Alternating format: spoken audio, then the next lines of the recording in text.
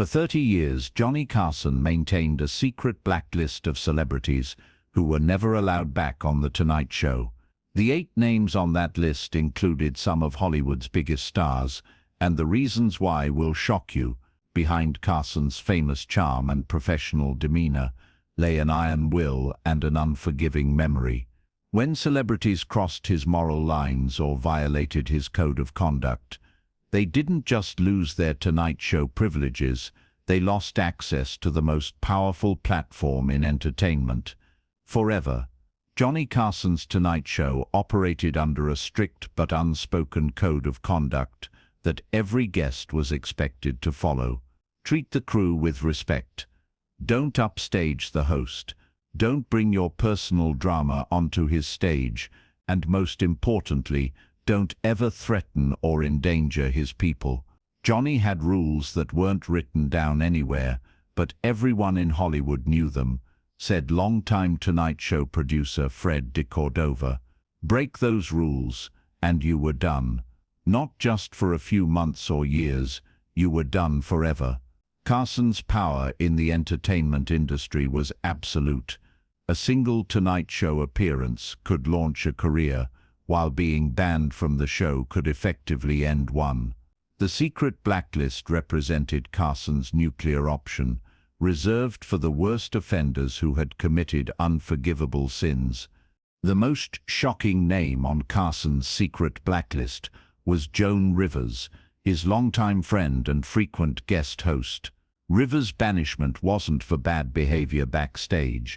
It was for what Carson saw as the ultimate betrayal. In 1986, Rivers accepted an offer to host her own late-night show on the Fox network, directly competing with Carson. The betrayal wasn't just professional, it was personal. Rivers had been like family to Carson, and he learned about her new show not from her, but from newspaper reports. Johnny felt like Joan had stabbed him in the back, recalled Tonight Show writer Pat McCormick. She went from being his protégé to being his enemy overnight. He never spoke to her again. Rivers desperately tried to reconcile with Carson, sending letters and flowers, but he was immovable.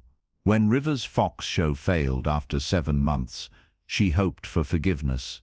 Instead, she found the Tonight Show doors permanently closed to her. Wayne Newton, Mr.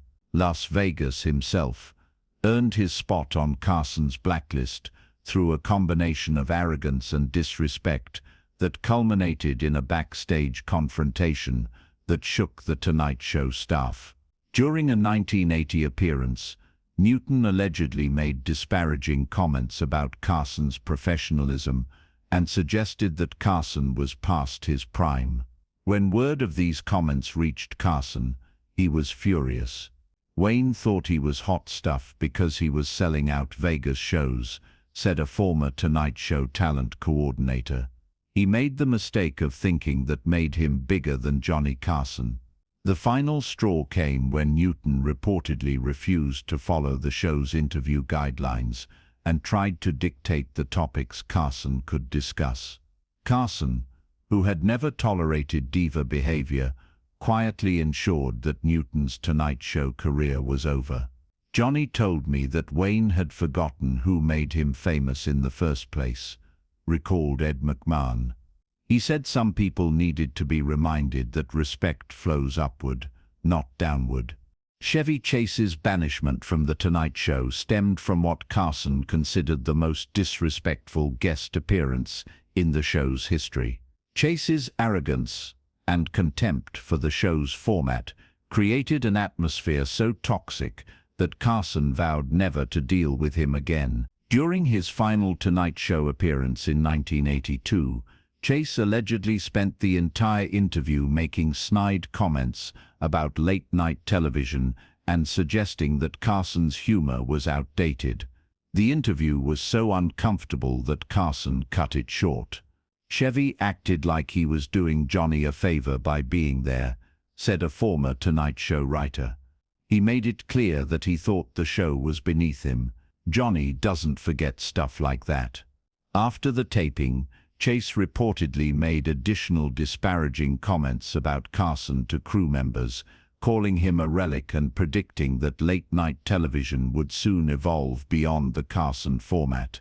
Johnny heard about Chevy's comments and just shook his head, recalled Tonight Show bandleader Doc Severinsen. He said, "That's the last time that guy sets foot on this stage." Perhaps the most surprising name on Carson's blacklist was Elvis Presley, whose erratic behavior during his only Tonight Show appearance in 1969 left Carson convinced that the king was too unpredictable and dangerous for live television. Elvis arrived at the studio heavily medicated and displaying paranoid behavior that alarmed Carson and his staff. During the pre-interview, Elvis allegedly made rambling statements about government conspiracies and expressed fears that people were trying to kill him.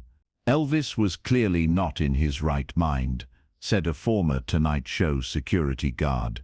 "He kept looking around like he expected someone to attack him." Johnny realized this wasn't just nerves, this was something much more serious. When Elvis took the stage, his performance was erratic and concerning. He forgot lyrics, made inappropriate comments to audience members, and seemed disconnected from reality. Carson managed the interview professionally, but privately decided that Elvis was too unstable for future appearances. Johnny told me that watching Elvis self-destruct on live television was one of the most depressing things he'd ever experienced. Recalled Fred de Cordova. He said he couldn't be responsible for enabling that kind of destruction. Jerry Lewis earned his permanent ban through what Carson considered inexcusable behavior toward Tonight Show staff members, particularly his treatment of female employees that crossed every line of professional conduct. During a 1975 appearance, Lewis allegedly made inappropriate sexual comments to multiple female staff members and physically grabbed a production assistant in a way that left her visibly shaken. Carson, who witnessed the incident, was appalled. Jerry thought he was being charming, but what he was doing was assault, said a former Tonight Show makeup artist. Johnny saw it happen, and his face went white with anger. "I'd never seen him look like that before." Carson confronted Lewis immediately after the taping, telling him that his behavior was unacceptable and that he was no longer welcome on the show. Lewis reportedly laughed off the confrontation, not realizing that Carson was deadly serious. "Johnny told me that anyone who can't keep their hands to themselves doesn't deserve a platform," recalled Tonight Show writer John Carson. He said Lewis represented everything wrong with the old Hollywood boys club. Andy Kaufman's ban from The Tonight Show was perhaps the most controversial, as it involved Carson making a moral judgment about Kaufman's increasingly dangerous and exploitative performance art. Kaufman's appearances had always been unpredictable, but by 1982, his wrestling persona and aggressive treatment of audience members had convinced Carson that Kaufman was becoming genuinely dangerous. Andy's act stopped being funny and started being scary, said a former Tonight Show talent coordinator.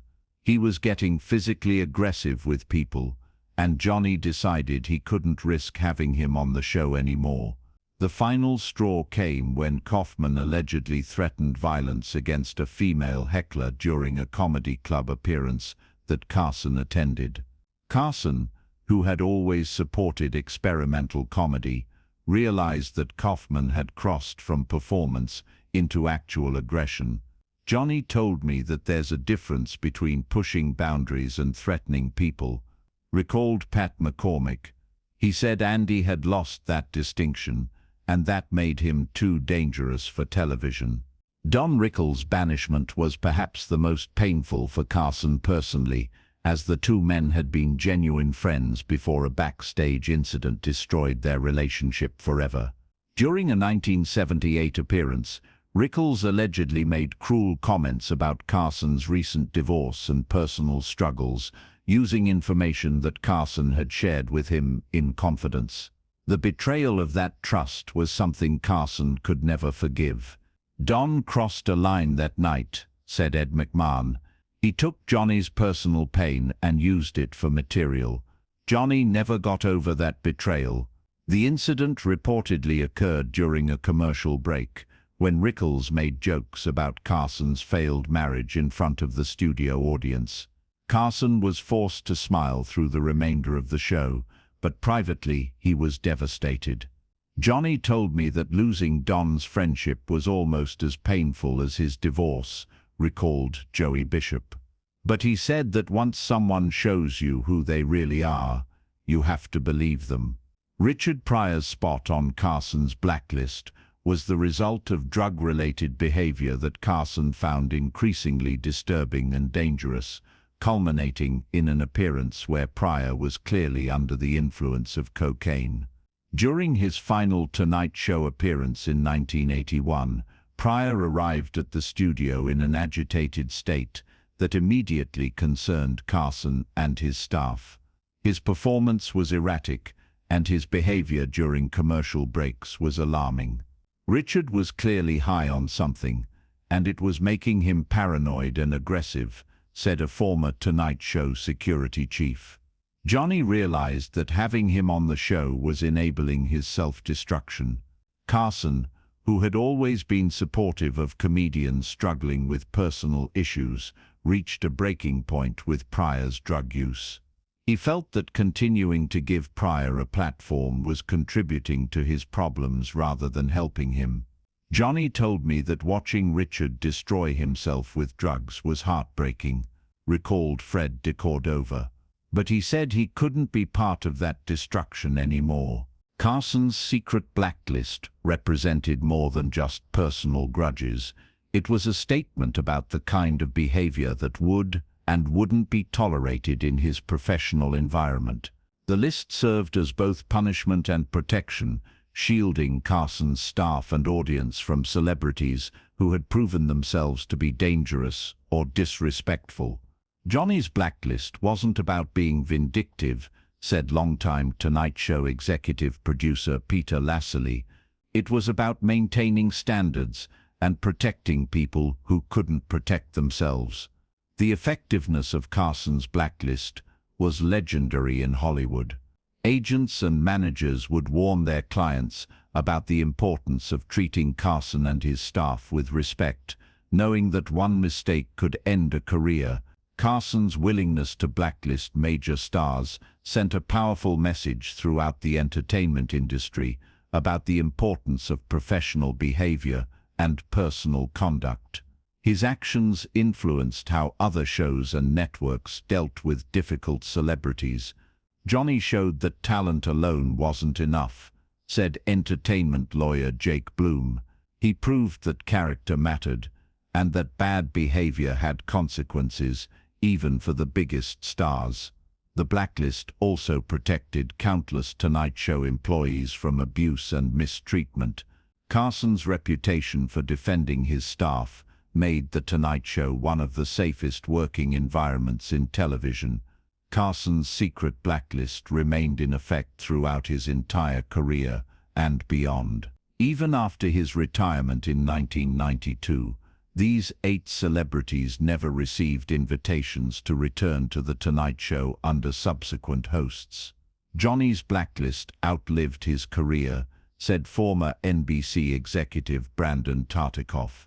"It became part of the show's institutional memory." These people weren't just banned from Johnny's Tonight Show, they were banned from The Tonight Show, period. The persistence of the blacklist demonstrated the lasting impact of Carson's moral authority in the entertainment industry. His judgments about character and conduct carried weight that extended far beyond his own show. At its core, Carson's blacklist reflected his belief that celebrity status didn't exempt anyone from basic human decency. The 8 names on his list represented different types of moral failures: betrayal, disrespect, abuse, addiction, and dangerous behavior. Johnny believed that being famous was a privilege, not a right, said Tonight Show writer Pat McCormick. He thought that privilege came with responsibilities, and when people violated those responsibilities, they lost the privilege. Carson's blacklist served as a reminder that in the entertainment industry, relationships and reputation matter as much as talent. The celebrities who found themselves permanently banned learned too late that burning bridges with Johnny Carson meant burning bridges with the entire industry. Johnny Carson's secret blacklist of 8 Hollywood legends stands as a testament to his moral authority and his commitment to protecting his professional environment. These weren't arbitrary decisions made in anger. They were careful judgments about character and conduct that reflected Carson's values and standards. The fact that these bans lasted throughout Carson's career and beyond demonstrates the respect that the entertainment industry had for his judgment. When Johnny Carson decided someone was too dangerous, disrespectful, or destructive to deserve his platform, that decision carried the weight of absolute authority. For the 8 celebrities on his blacklist, the lesson was clear: fame and talent mean nothing without character and respect. In Johnny Carson's world, there were no second chances for those who violated the basic principles of human decency. Their banishment serves as a lasting reminder that in the entertainment industry, as in life, your reputation is everything, and once you lose it, you may never get it back. If this shocking revelation about Carson's secret blacklist surprised you, make sure to subscribe and hit that thumbs up button. Share this video with someone who needs to know the truth about how power really works in Hollywood. Have you ever had to cut toxic people out of your life completely? Let us know in the comments, and don't forget to ring that notification bell for more revealing stories about the hidden power structures of the entertainment industry.